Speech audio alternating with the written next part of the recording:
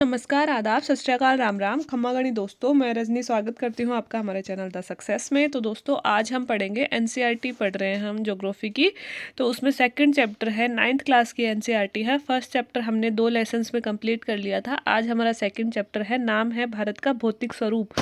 First में हमने पढ़ा भारत की अक्षांशीय देशांतरीय स्थिति, मतलब भारत की स्थिति पढ़ी विश्व के परिप्रेक्ष्य में, लंबाई, चौड़ाई, सीमाओं की लंबाई कितनी है, पड़ोसी देश क्या है, जनरल जो हम परिचय मतलब ज्योग्राफी हम जहाँ से शुरू करते हैं ना, वो हमने पढ़ा है फर्स्ट चैप्टर में। अगर फर्स्ट चैप्टर नहीं पढ़ा है तो मैंने चैनल पे अलग से प्लेलिस्ट बना रखी है 9th क्लास एनसीईआरटी ज्योग्राफी के नाम से, तो आप वहाँ पे जाके पहले चेकआउट कर सकते हैं। ठीक है, आज है भारत के भौतिक स्वरूप। तो बिना किसी देरी के शुरू करते हैं भारत के भौतिक स्वरूप।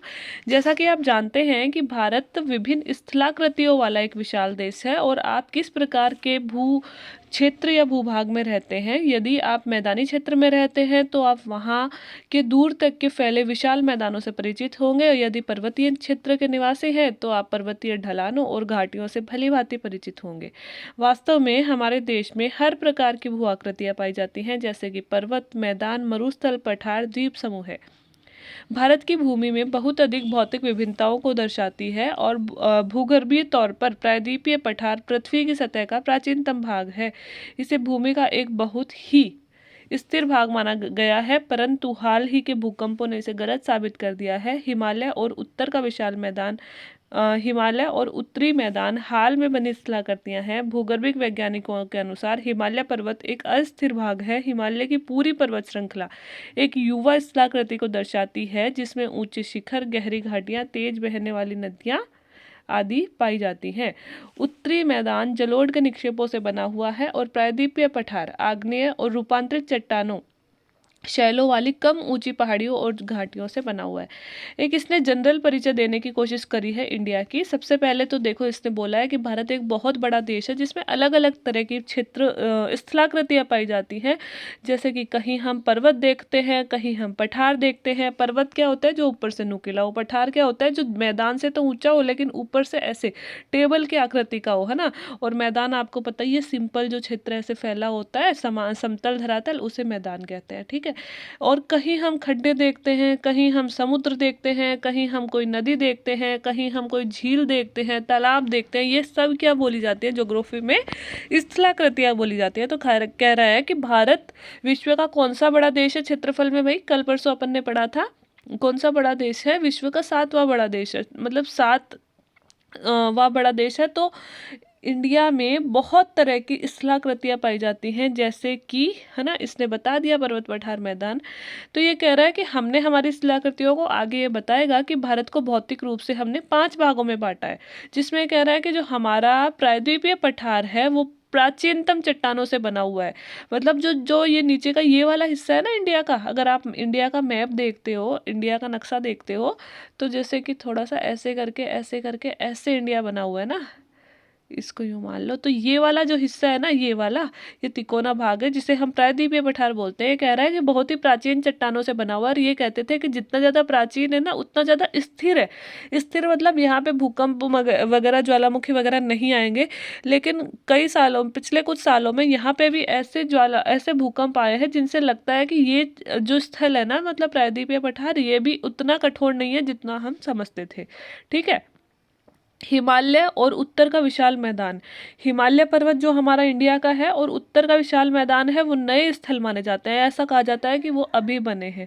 ठीक है, और हिमालय को सबसे अस्थिर क्षेत्र माना जाता है। मतलब हम अपने ज्योग्राफी में कुछ धारणाएं होती है कि जैसे कि एक मनुष्य का जीवन चक्र होता है। मनुष्य पहले पैदा होता है, फिर जवान होता है, और फिर वृद्ध हो जाता है, फिर मृत्यु हो जाती है ना। ऐसे ही ज्योग्राफी में हर एक चीज़ का साइकिल चलता है।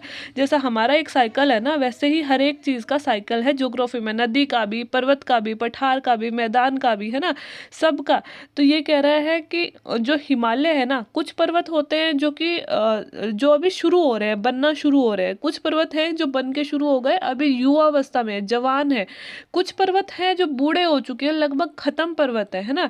जैसे कि ये बोलता है कि हिमालय जो पर्वत है वह नवीन पर्वत है। नवीन पर्वत मतलब अभी हिमालय युवावस्था में है। युवावस्था का मतलब क्या होगा, हम क्या होते हैं युवावस्था में, हमारी लंबाई बढ़ती है, मतलब बहुत सारी बहुत सारा ग्रोथ होता है ना हम में।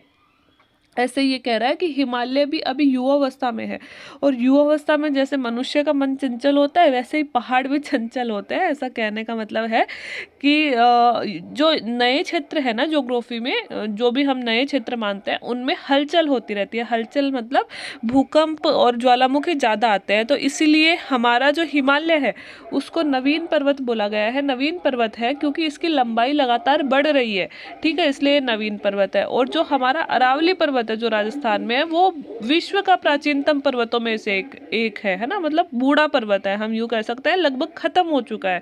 अरावली पर्वत में छोटी छोटी चोटियां बची हैं। एक जमाने में अरावली भी हिमालय जितना ऊंचा हुआ करता था, है ना, लेकिन अब अरावली वृद्धावस्था में पहुंच गया और अब थोड़ी मोड़ी छोटी छोटी सी पहाड़ियां अरावली में बची हैं। तो कह रहा है कि हिमालय और उत्तर का विशाल मैदान दोनों ही नए हैं, और हिमालय सबसे ज्यादा नया है, और हिमालय अस्थिर क्षेत्र है। अस्थिर मतलब भूकंप और ज्वालामुखी ज्यादा आते हैं, ठीक है। और हिमालय युवा पर्वत है, तो उसमें ऊंचे ऊंचे शिखर हैं, गहरी घाटियां हैं, तेज बहने वाली नदियां, ये सब हिमालय में पाई जाती हैं। इसके अलावा उत्तर का मैदान जो है हिमालय के जलोढ़ निक्षेपों से बना हुआ है। देखो ये तो है हमारा हिमालय, ये जो रेड कलर का इसने थोड़ा ब्राउन ब्राउन किया है ना, ये सारा हमारा हिमालय है।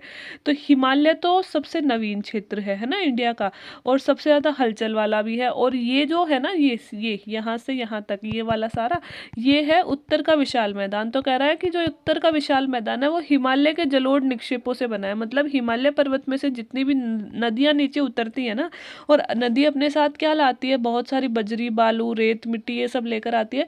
तो ये जलोढ़ मैदान है ना, ये नदियों द्वारा लाए गए इसी अवसाद से बना हुआ है ना, जो भी अवसाद यहाँ आता है उससे जलोढ़ मैदान बना हुआ है। प्रायद्वीपीय पठार आग्नेय और रूपांतरित चट्टानों वाली से शैलों से कम ऊंची पहाड़ियों से, और जो नीचे का हिस्सा है हमने बोला प्रायद्वीपीय पठार जो सबसे कठोर है, सबसे पुराना है, वो किससे बना हुआ है, वो बना हुआ है रूपांतरित और आग्नेय शैलों से, और छोटी छोटी पहाड़ियां हमारे प्रायद्वीपीय पठार में पाई जाती हैं। अब सबसे पहले हम क्या पढ़ेंगे, सबसे पहले पढ़ेंगे हम हिमालय का मतलब तो सबसे पहले अब हम पढ़ेंगे कि भारत को कितने भौतिक विभागों में बांटा गया है, और फिर हम एक एक भौतिक विभाग का वर्णन पढ़ेंगे। तो दोस्तों भारत को 6 भौतिक विभागों में बांटा गया है भौगोलिक रूप से, ठीक है, और इसका चित्र भी इसने कहीं ना कहीं दिया होगा, हाँ ये रहा, ठीक है। पहले हम देखते हैं, सबसे पहला भाग है हमारा हिमालय पर्वत मैदान, है ना, हिमालय पर्वत श्रृंखला। दूसरा है उत्तर का मैदान, तीसरा है प्रायद्वीपीय पठार, चौथा है भारतीय मरुस्थल, पांचवा है तटीय मैदान, और छठवा है द्वीप समूह। नॉर्मली तो दोस्तों 5 ही भागों में बांटा जाता था, बट इसने उत्तर का विशाल मैदान और भारतीय मरुस्थल को अलग कर दिया है। कई बार इनको हम एक जगह भी रख सकते हैं, बट हम वही पढ़ेंगे जो हमारी बुक में लिखा गया है।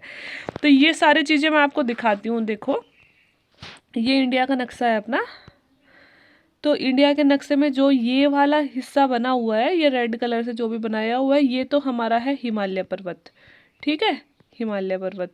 दूसरा यहाँ से यहाँ तक का जो हिस्सा है इसे हम बोलते हैं उत्तर का विशाल मैदान, क्योंकि उत्तर में है और ये मैदानी क्षेत्र है पूरा, ठीक है, उत्तर का विशाल मैदान। तीसरा ये मरुस्थल वाला क्षेत्र, इसको बोल देंगे मरुस्थलीय क्षेत्र। क्या बोल देंगे, मरुस्थलीय, क्योंकि आपको पता है थार का मरुस्थल राजस्थान, गुजरात और कुछ कुछ पंजाब हरियाणा में फैला हुआ है, ठीक है। इसके अलावा अब आप देख सकते हो प्रायद्वीपीय पठार कौन सा होगा, ये यहाँ से लेकर ये वाला क्षेत्र, ये वाला क्षेत्र सारा प्रायद्वीपीय पठार होगा, ठीक है। इसके अलावा पश्चिमी घाट, ये पश्चिम वाला ये जो कोना है ना, जो घाट घाट के किनारे स्थित है, पश्चिमी तटीय क्षेत्र, पूर्वी तटीय क्षेत्र, ये हो जाएगा। और द्वीप समूह में हम क्या ले लेंगे, द्वीप समूह में ये जो हमारे द्वीप है, लक्षद्वीप, अंडमान निकोबार द्वीप समूह है, ये ले लेंगे हम द्वीप समूह में। ये मैंने आपको पहले भी समझाया था जब मैंने आपको मतलब इंडिया के हम वो स्थिति पढ़ रहे थे, तभी भी हमने द्वीप देखे थे। तो तो एक बार फिर से रिवाइज कर लो। हिमालय ये वाला, उत्तर का विशाल मैदान 2 नंबर ये वाला, तीसरा मरुस्थलीय क्षेत्र ये वाला, चौथा प्रायद्वीपीय पठार ये वाला, ठीक है। पश्चिमी घाट, पूर्वी घाट, क्योंकि ये पश्चिमी दिशा है तो पश्चिमी दिशा वाले किनारे को पश्चिमी घाट बोल देंगे, ये पूर्वी दिशा है तो पूर्वी दिशा वाले किनारे को पूर्वी घाट बोल देंगे, ठीक है। और द्वीप समूह में ये वाले द्वीप समूह आ जाएंगे, अंडमान निकोबार द्वीप समूह और लक्षद्वीप, ठीक है। तो यही इसने बताया है। तटीय मैदानों में पश्चिमी द्वीप समूह और पूर्वी द्वीप समूह दोनों तटीय मैदानों में आ जाएंगे, मतलब पश्चिमी घाट और पूर्वी घाट। इसने तटीय मैदान किसको बोला है दोस्तों, ये वाला जो हमारा हिस्सा है ना, दोनों तटों पर, पश्चिमी तट ये हो गया, पूर्वी तट ये हो गया, दोनों को मिला के इसने क्या बोला है, पश्चिम तटीय मैदान, ठीक है, ये तटीय मैदान हो जाएगा।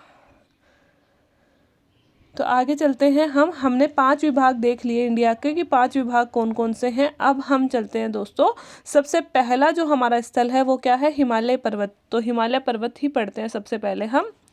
देखो, भारत की उत्तरी सीमा पर विस्तृत हिमालय भूगर्भीय रूप से युवा और बनावट के दृष्टिकोण से वलित पर्वत श्रृंखला है। तो दोस्तों भूगर्भीय दृष्टि से तो युवा है, मतलब मैंने आपको बता ही दिया कि पर्वत जो जन्म के आधार पर, विकास के आधार पर 3 तरह के होते हैं। एक तो युवा होता है, एक प्रौढ़ होता है और एक वृद्ध होता है। ठीक है, युवा, प्रौढ़ और वृद्ध। तो हमारा जो ये है युवावस्था में है। ठीक है, युवावस्था में मतलब अभी नया ही बना है हिमालय, अभी कुछ सालों पहले ही बना था और अभी हिमालय की लंबाई लगातार बढ़ रही है।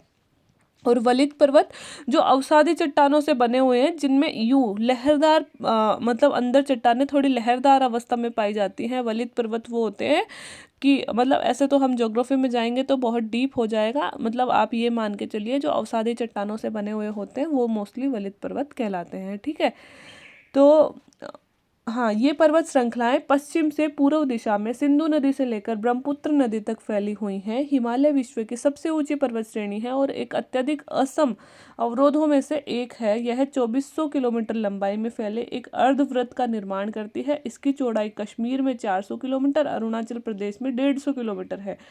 पश्चिमी भाग की अपेक्षा इसका पूर्वी भाग की ऊंचाई में अधिक विविधता पाई जाती है। यह पूर्वी देशांतरीय विस्तार के साथ साथ हिमालय को 3 भागों में हम बांट सकते हैं। इन श्रृंखलाओं के बीच में बहुत अधिक घाटियां भी पाई जाती हैं। सबसे उत्तरी भाग को स्थित श्रृंखला को हम महान या आंतरिक हिमालय कहते हैं या फिर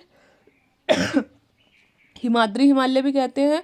ये सबसे अधिक सतत हैं और इसमें 6000 मीटर की औसत ऊंचाई वाले सर्वाधिक ऊंचे शिखर हैं और ये मुख्य शिखर निम्न हैं। देखो, सबसे पहले आप ये वाला हिमालय समझो, ये इस हिमालय की बात कर रहा है कि हमारा पहला जो भूआकृतिक विभाग है वो है हिमालय। ठीक है, तो सबसे पहले ये बोल रहा है सिंधु नदी, यहाँ से दोस्तों सिंधु नदी शुरू होती है, यहाँ पे जाके पाकिस्तान में चली जाती है। तो सिंधु नदी यहाँ से शुरू होकर ब्रह्मपुत्र नदी तक फैला हुआ है। यहाँ पे है ब्रह्मपुत्र नदी। अब इसको इस तरह से देखना पड़ेगा।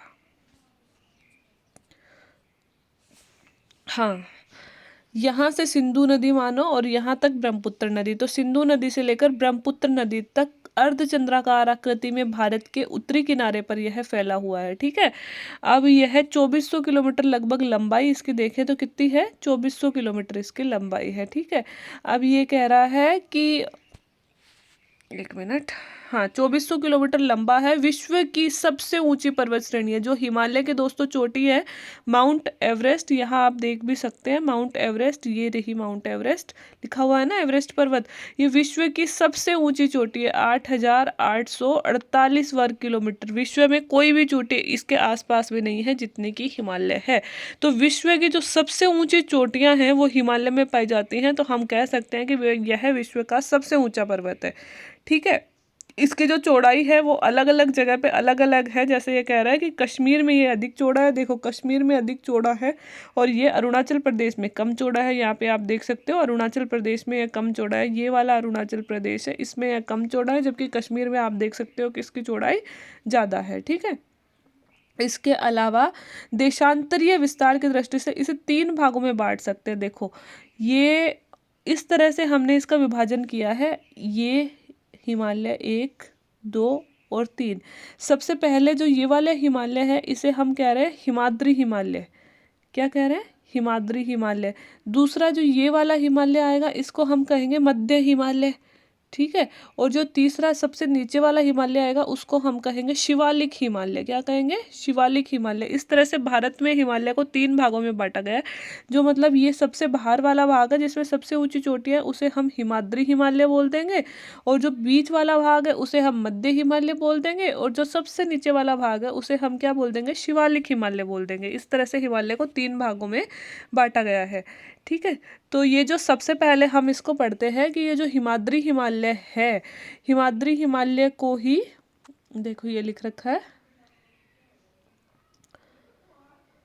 हाँ, इसे हिमाद्री हिमालय के ही दूसरे नाम है महान हिमालय या फिर आंतरिक हिमालय। ठीक है, यह सबसे ऊंचा है। जो हिमालय के हमने तीन भाग किए ना, तीनों भागों में सबसे ज्यादा ऊंचा यही है। 6000 मीटर तक इसकी ऊंचाई जाती है और इसमें ही सारी ऊंची ऊंची चोटियां जितनी भी है ना हिमालय की, सारी मोस्टली इसी में पाई जाती है, यहीं पर पाई जाती है। देखो माउंट एवरेस्ट जो कहाँ स्थित है, भारत और नेपाल की सीमा पर, वैसे एक्चुअली नेपाल में स्थित है। ऊंचाई कितनी है, 8848। दूसरी है कंचनजंगा, तो भारत में 8598। तो देखो हिमालय का सबसे ऊंचा शिखर पूछा जाए तो वो कौन सा है, माउंट एवरेस्ट। कितना है, 8848।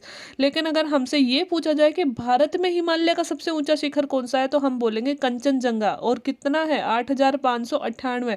और भारत में कहाँ पे स्थित है कंचनजंगा, सिक्किम में, हमारे सिक्किम में स्थित है कंचनजंगा। ठीक है, फिर तीसरा, फिर से हिमालय का तीसरा सबसे ऊंचा स्थल है धौलागिरी, जो भी नेपाल में है, 8172। हमें सिर्फ दो याद रखने, एक तो माउंट एवरेस्ट और एक कंचनजंगा। ठीक है, फिर चौथा है नंगा पर्वत, भारत में है, 8126। तो अगर भारत में हिमालय का दूसरा सबसे ऊंचा शिखर बोला जाए तो हम क्या कहेंगे, दूसरा सबसे ऊंचा नंगा पर्वत, और यह है जम्मू कश्मीर में है नंगा पर्वत। ठीक है, और ये कितना है, 8126। पहला कौन सा था, कंचनजंगा, है ना, 8598। भारत की बात कर रही हूँ मैं।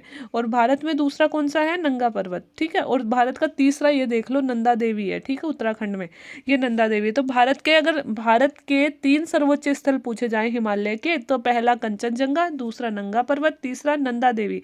लेकिन अगर वैसे ओवरऑल हिमालय का सबसे ऊंचा शिखर पूछा जाए तो पहला हम बोलेंगे माउंट एवरेस्ट, दूसरा बोलेंगे कंचनजंगा और तीसरा बोलेंगे धौलागिरी। माउंट एवरेस्ट नेपाल में है, कंचनजंगा इंडिया में है और धौलागिरी फिर से कहाँ है, नेपाल में स्थित है। इसके अलावा हम देख सकते हैं कामेट भी भारत में है, नामचा बरवा भी भारत में है और गरुला मंदाता नेपाल में है। ये अन्य इसके शिखर है। महान हिमालय के वलय की प्रकृति असममित है और हिमालय के इस भाग का क्रोड ग्रेनाइट से बना हुआ है। यह श्रृंखला हमेशा बर्फ से ढकी हुई होती है और बहुत सारी हिमानियों का इसमें प्रवाह होता है। ठीक है, तो एक बार इन चोटियों की आप स्थिति देख सकते हैं, अगर आप देखना चाहें तो। देखो ये एवरेस्ट है ना, माउंट एवरेस्ट नेपाल में स्थित है। ये कंचनजंगा है, ये हमारे सिक्किम में स्थित है।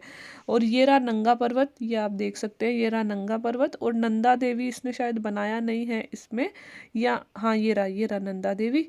ये अन्नपूर्णा है ना। ये सारी चीज़ें आप अपने हाथ से मैप बनाओ और इसमें अंकित करो, है ना। ज़्यादा अंकित करोगे, जितना अंकित करोगे उतना समझ में आएगा आपको। ठीक है, नामचा बरवा ये रहा, नामचा बरवा ये रहा। ठीक है, तो इस तरह से आप देख सकते हैं। ठीक है, अब आगे चलते हैं। क्वेश्चन इसमें दिया हुआ है, महान हिमालय में पाई जाने वाली हिमानियों के नाम लिखो। जैसे गंगोत्री हिमानी, यमुनोत्री हिमानी हो गई। और उन राज्यों के नाम, भारत के उन राज्यों के नाम ऊपर दिए गए ऊंचे शिखर स्थित हैं। तो मैंने आपको ये बता ही दिया कि नंगा पर्वत, देखो कंचनजंगा कहाँ स्थित है, हमारा सिक्किम में। नंगा पर्वत कहाँ स्थित है, हमारा जम्मू कश्मीर में। नंदा देवी कहाँ स्थित है, हमारी नंदा देवी है उत्तराखंड में। ठीक है, अब चलते हैं। पहला भाग हमने हिमालय का पढ़ लिया। अभी हमने कौन सा पढ़ा, हमने पढ़ा आंतरिक हिमालय या महान हिमालय या हिमाद्री हिमालय, ये वाला हिस्सा पढ़ लिया। और हमने क्या पढ़ा कि ये भारत में सबसे पहला जो हिस्सा आता है हिमालय का, ये वाला ही है और इसमें ऊंची ऊंची चोटियां भी हैं। तो हमने इसमें पढ़ लिया माउंट एवरेस्ट, कंचनजंगा, नंगा पर्वत, नंदा देवी, ये सारी हमने, नमचा बरवा, ये सारी हमने इसमें पढ़ ली। अब हम हिमालय का दूसरा वाला हिस्सा पढ़ेंगे, जिसे हमने बोला है हिमाद्री हिमालय के दक्षिण में स्थित है, हिमाद्री हिमालय के दक्षिण में स्थित श्रृंखला सबसे अधिक असम और हिमाचल या निम्न हिमालय के नाम से जाना जाता है। जो दूसरे नंबर की है, जिसे मैंने मध्य हिमालय बोला है, मध्य हिमालय को ही हिमाचल हिमालय भी बोलते हैं या फिर निम्न हिमालय भी बोलते हैं। यह सबसे ज्यादा असमान है। ठीक है, इन श्रृंखलाओं का निर्माण मुख्यतः अत्यधिक संपीड़ित और परिवर्तित शैलों से हुआ। संपीड़ित मतलब दो चट्टानें जब पास पास में खिसकती हैं और दबाव पड़ेगा तो बीच की चट्टान बहुत ज्यादा टेढ़ी मेढ़ी हो जाती है, वो क्या होता है, संपीड़न। मतलब इधर से भी दबाव लग रहा है, इधर से भी दबाव लग रहा है, दोनों तरफ से दबाव लगेगा तो बीच की चट्टानें टेढ़ी मेढ़ी ज्यादा हो जाएंगी, है ना। तो कह रहा है कि जो हमारा मध्य हिमालय है वो इसी तरह के बहुत ज्यादा संपीड़न से बना हुआ है।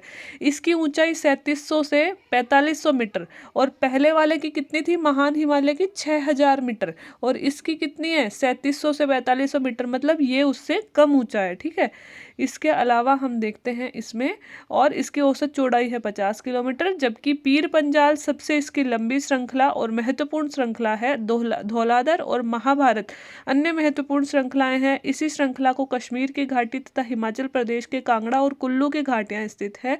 इस क्षेत्र को पहाड़ी नगरों के लिए जाना जाता है। देखो जो बीच वाला हिमालय है, अब हम बात करेंगे इस वाले हिमालय की। ऐसे यहाँ पे कोई स्पेशल लाइन नहीं खींची गई है, बट ये वाला हिमालय मतलब पहले ये वाला हिमालय मान लो और अब बीच वाला ये वाला मान लो। इस वाले हिमालय की बात करें जिसे हम बोल रहे हैं मध्य हिमालय, निम्न हिमालय या फिर हिमाचल हिमालय। पहले वाले को हम क्या बोल रहे थे, महान हिमालय या फिर हिमाद्री हिमालय, है ना। ऐसे ही इसके भी कई नाम है। चौड़ाई हम ऊंचाई हमने देख ली 3700 से 4500 मीटर, चौड़ाई वही है 50 किलोमीटर। और इसकी सबसे जो महत्वपूर्ण श्रृंखला है पीर पंजाल। अब देखिए आप पीर पंजाल की स्थिति देखिए, पीर पंजाल कहाँ पे है, जम्मू कश्मीर में है पीर पंजाल। और इसमें दिया हुआ नहीं है, शायद इसमें दिया हुआ नहीं है। देखो काराकोरम, लद्दाख, जास्कर और इसके जस्ट नीचे यहाँ पे पीर पंजाल है। इसमें दिया क्यों नहीं है, पर इन्होंने बनाया नहीं। यहाँ पे पीर पंजाल स्थित है। तो पीर पंजाल कहाँ स्थित है, जम्मू कश्मीर में स्थित है। इसके अलावा बाकी भी छोटी मोटी चोटियाँ इसने बनाई नहीं है। आप हिमाचल प्रदेश का नक्शा खोल के देखोगे तो हिमाचल प्रदेश में आपको धौलाधर, महाभारत ये कुछ छोटी छोटी पर्वत श्रृंखलाएं पाई जाएंगी जो कि मध्य हिमालय में हमारे पाई जाती हैं। इसी श्रृंखला में ये जो श्रृंखला कश्मीर से गुजरती है, वहाँ पे कश्मीर की घाटी स्थित है। और हिमाचल प्रदेश में कांगड़ा और कुल्लू जिले में भी घाटियाँ इस क्षेत्र में स्थित है। मतलब छोटी छोटी पहाड़ी और घाटियाँ इस क्षेत्र में स्थित है। पहाड़ी नगरों के लिए जाना जाता है। देखो माउंट एवरेस्ट पे हम घूमने नहीं जाते हैं, क्योंकि माउंट एवरेस्ट पे पर्वतारोही जाते हैं जिनको मतलब शौक है पर्वतारोहण का। लेकिन हम लोग घूमने कहाँ जाते हैं, मसूरी, नैनीताल, रानीखेत, है ना। ये कुछ हिमाचल प्रदेश में, कुछ उत्तराखंड में, यहाँ पे हम लोग घूमने जाते हैं। और हम घूमने कहाँ जाते हैं, जो स्थान ना ज़्यादा ऊंचा हो ना ज़्यादा नीचा हो। तो 8848 पे तो हम नहीं जाएंगे ना, इतने ऊंचे तो नहीं जा सकते हम, ऑक्सीजन की कमी हो जाती है। तो हम 3700-3800 के आसपास चले जाते हैं, जो जो क्या है मतलब ये इससे भी नीची है। सारी पहाड़ियाँ इतनी भी ऊँची नहीं है। मसूरी, नैनीताल, रानीखेत ये सारे मध्य हिमालय में स्थित है। अब ठीक है, हिमालय की सबसे बाहरी श्रृंखला को शिवालिक हिमालय कहा जाता है। बाहरी श्रृंखला मतलब सबसे नीचे वाली श्रृंखला को शिवालिक हिमालय। इस हिमालय की बात कर रहे हैं, ये वाला हिमालय जो है इसे क्या बोलते हैं, शिवालिक हिमालय या फिर बाहरी हिमालय इसने बोला है। ठीक है। इसकी चौड़ाई 10 से 50 मीटर तक है और इसकी ऊंचाई 900 से 1100 मीटर ही है। अब आप देखो ये कितना नीचा रह गया, पहला कितना था 6000, दूसरा कितना था 3700 से 2500 और अब की बार देखो 900 से 1000 मीटर। मतलब ये सबसे ऊंचा, जो महान हिमालय सबसे ऊंचा, मध्य या निम्न हिमालय उससे नीचा और शिवालिक हिमालय सबसे नीचा। ठीक है। ये श्रृंखलाएं उत्तर में स्थित मुख्य हिमालय की श्रृंखलाओं से नदियों द्वारा लाई गई असंपीड़ित अवसादों से बनी हुई हैं। ये घाटियां बजरी और जलोढ़ की मोटी परत से ढकी हुई है। निम्न तथा शिवालिक हिमालय के बीच में लंबवत घाटी और दून पाए जाते हैं और इनमें कुछ प्रसिद्ध दून हैं जैसे कि देहरादून, कोटली दून, पाटली दून। अब देखो एक चीज इसने बताई है कि जो शिवालिक हिमालय है ना, देखो हमारा जो यहाँ से है ना, कई सारी नदियां निकल के आती है। जैसे गंगा नदी हिमालय से निकल के आती है, यमुना नदी हिमालय से निकल के आती है, ब्रह्मपुत्र नदी हिमालय से निकल के आती है, सिंधु नदी हिमालय से, सतलज नदी हिमालय से। ये नदियां क्या करती है, अपने साथ में बहुत सारी मिट्टी, कंकड़, पत्थर, अवसाद लेके आती हैं। और जो ये नीचे ही नीचे वाला हिमालय है ना, यहाँ पे और मध्य हिमालय के बीच में कई सारे खड्डे कर देती हैं, खड्डे, है ना। और यहाँ पे लाके जमाव भी करती हैं अपने साथ में जो भी बजरी, रेत, मिट्टी लेके आई थी। ठीक है। तो इन खड्डों को क्या कहते हैं, दून कहते हैं। क्या कहते हैं, दून कहते हैं। और ये दून कहाँ स्थित है, ये दून मध्य हिमालय और शिवालिक हिमालय के बीच में स्थित है। जैसे कि हमने नाम सुना है देहरादून, है ना। तो देहरादून वही है जो इन दोनों हिमालयों से जो नदियां निकल के आती हैं और खड्डे जैसा बना देती हैं। तो उत्तराखंड की राजधानी है ना देहरादून, वो इसी दून के नाम पे ही पड़ी है। और देहरादून जैसे कई दून हैं, कोटली दून, पाटली दून, ये सब देहरादून जैसे ही दून माने जाते हैं। ठीक है। अब हम थोड़ा सा हिमालय और रह गया, चलो इसको कंप्लीट ही कर देते हैं। उत्तर से दक्षिण के अतिरिक्त हिमालय को पश्चिम से पूर्व तक स्थित क्षेत्रों के आधार पर विभाजित किया गया है। इसके वर्गीकरण को नदी, घाटी और सीमाओं के आधार पर वर्गीकृत किया गया है। उदाहरण के लिए सतलज से सिंधु के बीच वाले भाग को तो हमने पंजाब हिमालय के नाम से जाना जाता है, लेकिन पश्चिम से पूर्व तक क्रमशः कश्मीर हिमालय, हिमाचल हिमालय के नाम से भी जाना जाता है। सतलज और काली नदियों के बीच के हिमालय को कुमाऊं हिमालय कहा जाता है और काली और तिस्ता नदी के बीच के हिमालय को हाँ सॉरी, काली और तीस्ता नदियाँ नेपाल हिमालय और तीस्ता और दिहांग नदियाँ असम हिमालय का सीमांकन करती हैं। हिमालय के कुछ क्षेत्रीय नाम भी बताइए। ये कह रहा है कि देखो इस तरह तो हमने बांट दिया हिमालय को, इस तरह तो मतलब क्षैतिज रूप में देशांतरीय आधार पर हमने 3 भागों में बांट दिया। अब ये कह रहा है कि कुछ राज्यों के आधार पर भी बांटते हैं, मतलब कि सिंधु, देखो यहाँ से सिंधु नदी जा रही है, यहाँ तक सतलज नदी जा रही है, तो इसको हमने बोल दिया कश्मीर हिमालय। क्या बोल दिया? कश्मीर हिमालय। अब जैसे कि सतलज से लेकर काली नदी तक हमने बोल दिया जैसे नेपाल हिमालय, है ना, या फिर नेपाल ही बोला है क्या, कुछ और नाम दिया इसने, हिमाचल हिमालय। ठीक है, दूसरा नंबर का पहला हम बोलेंगे कश्मीर हिमालय तथा हिमाचल हिमालय दूसरे को। फिर सतलज से काली नदी के बीच वाले हिमालय को कुमाऊं हिमालय भी बोलते हैं, जो हिमाचल हिमालय है उसे ही कुमाऊं हिमालय भी बोलते हैं। काली से तीस्ता नदी तक को नेपाल हिमालय और तीस्ता से दिहांग तक को असम हिमालय। देखो ये हिमालय था, यहाँ पे सिंधु नदी से लेकर सतलज नदी तक को हमने बोल दिया कश्मीर हिमालय। अब सतलज नदी से लेकर काली नदी, यहाँ काली नदी शारदा नदी को ही नेपाल में काली नदी बोलते हैं, यहाँ तक को हमने बोल दिया है कुमाऊं हिमालय, या फिर हम बोल सकते हैं इसको हिमाचल हिमालय या फिर कुमाऊं हिमालय। अब काली से तीस्ता नदी जो ब्रह्मपुत्र की सहायक है, यहाँ तक के हिमालय को हमने बोल दिया नेपाल हिमालय। और तीस्ता नदी से लेकर सतलज नदी यहाँ तक के हिमालय को हमने क्या बोल दिया? असम हिमालय। तो क्षेत्रों के आधार पर, राज्यों के आधार पर नाम दे दिए गए हैं, 4 नाम हैं, जैसे कि सबसे पहले कौन सा? कश्मीर हिमालय, दूसरा हिमाचल या कुमाऊं हिमालय, तीसरा हमने क्या बोला? तीसरा हमने बोला है नेपाल हिमालय, और चौथा हमने क्या बोला? असम हिमालय। ये नदियों के आधार पर बांट दिए, सिंधु से सतलज, सतलज से काली, काली से तीस्ता और तीस्ता से ब्रह्मपुत्र। हाथ से नक्शा बनाओगे तो याद हो जाएगा। ठीक है, ब्रह्मपुत्र हिमालय का सबसे पूर्वी सीमा बनाती है और दिहांग महाखंडिया गोर्ज के बाद में हिमालय की एक और तीखा मोड़ बनाते हुए भारत की पूर्वी सीमा, कहाँ रह गया, हाँ, भारत की पूर्वी सीमा के साथ यह फैल जाता है। इन्हें पूर्वांचल या फिर पूर्वी पहाड़ियों या पर्वत श्रृंखलाओं के नाम से भी जाना जाता है। ये पहाड़ियाँ उत्तरी पूर्वी राज्यों से होकर गुजरती हैं तथा मजबूत बलुआ पत्थरों को जो अवसादी शैलों के से बनी हैं, ये घने जंगलों से ढकी हुई हैं, अधिकतर समानांतर हिमालय एवं घाटियों के रूप में फैली हुई है। पूर्वांचल में पटकोई, नागा और मिजो और मणिपुर पहाड़ियाँ शामिल है। देखो इसने कहा है कि जो हिमालय का सबसे लास्ट वाला भाग है ना, सबसे पूर्वी वाला भाग, वो बनाती है ब्रह्मपुत्र नदी। ये देखो ये सांगपो है, सांगपो ब्रह्मपुत्र का ही नाम है। ब्रह्मपुत्र को तिब्बत में सांगपो बोलते हैं। जैसे ही भारत में प्रवेश करती है दिहांग बोलते हैं और आगे चल के इसे ब्रह्मपुत्र बोलते हैं। ऐसे आके ऐसे वापस बंगाल की खाड़ी में गिर जाती है। ये ब्रह्मपुत्र नदी है। तो ब्रह्मपुत्र नदी के मोड़ तक तो हिमालय ऐसा फैला हुआ है ना। जैसे ही ब्रह्मपुत्र नदी ने कटाव डाला और महाखंड, एक गहरा जो खड्डा होता है, इसे हम ज्योग्राफी की लैंग्वेज में बोलते हैं गॉर्ज, तो एक गॉर्ज से होकर इंडिया में प्रवेश करती है ब्रह्मपुत्र नदी। जैसे ही यह यहाँ से प्रवेश करती है ना, ये देखो आप हिमालय की स्थिति देखो, अभी तक तो सीधा था, जैसे ही ब्रह्मपुत्र यहाँ पे खड्डा बना के प्रवेश किया, ये हिमालय ऐसे मुड़ गया, ऐसे मुड़ गया, ये हिमालय ऐसे मुड़ गया। अब इसको पूर्वांचल बोल देते हैं। ये पूर्व में जो पहाड़ियाँ फैली हुई है ना, इसको पूर्वांचल बोल देते हैं। और इसमें जैसे मणिपुर में मिजो पहाड़ियाँ हैं, नागा पहाड़ियाँ नागालैंड में है, ऐसे कुछ छोटी छोटी पहाड़ियाँ हैं जिनको अलग अलग नाम दे दिया गया है। जैसे कि पटकोई, असम में पटकोई बोलते हैं, नागालैंड में नागा पहाड़ियाँ बोलते हैं, मिजोरम में मिजो पहाड़ियाँ और मणिपुर में मणिपुर पहाड़ियाँ। यह भी हिमालय का ही भाग है जो कि यूं फैला हुआ है, ऐसे ऐसे फैला हुआ है। ठीक है, ऐसे फैला हुआ है। तो इनको, इस पहाड़ियों के पटकोई, नागा, मिजो, मणिपुर, पटकोई असम में, नागा नागालैंड में, मिजो मिजोरम में और मणिपुर मणिपुर में। ठीक है, ये अवसादी चट्टानों से बनी हुई चट्टानें हैं, पर्वत हैं, पहाड़ियाँ हैं। तो दोस्तों ये था हमारा हिमालय पर्वत। मुझे नहीं लगता अब हिमालय पर्वत से इससे बाहर कभी कुछ पूछा जाएगा या इससे बाहर कभी कुछ आएगा। बाकी हम 10th के एनसीईआरटी पढ़ेंगे, उसमें और कुछ चीज़ें भी हमारी कवर हो जाएंगी। तो हिमालय पर्वत हमारा पूरा हो गया है।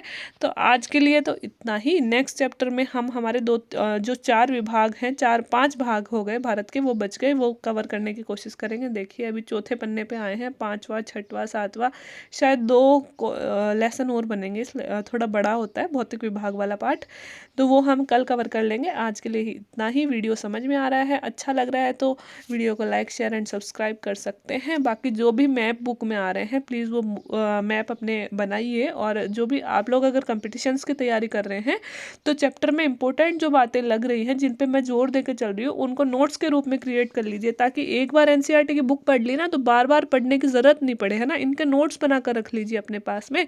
और जब भी जैसे ज्योग्राफी पढ़नी है, जैसे कि आप एसएससी की तैयारी कर रहे हैं, आप जिस भी चीज़ की तैयारी कर रहे हैं, ज्योग्राफी तो पूछी जाती है, उसमें उन्हीं नोट्स को रिवाइज कर लीजिए। मुश्किल से एक कॉपी बनेगी आपकी 9वीं 10वीं 11वीं 12वीं के नोट्स की, इतनी ज़्यादा कुछ बड़ी चीज़ें नहीं बनेंगे, ठीक है। तो वीडियो देखने के लिए थैंक यू सो मच।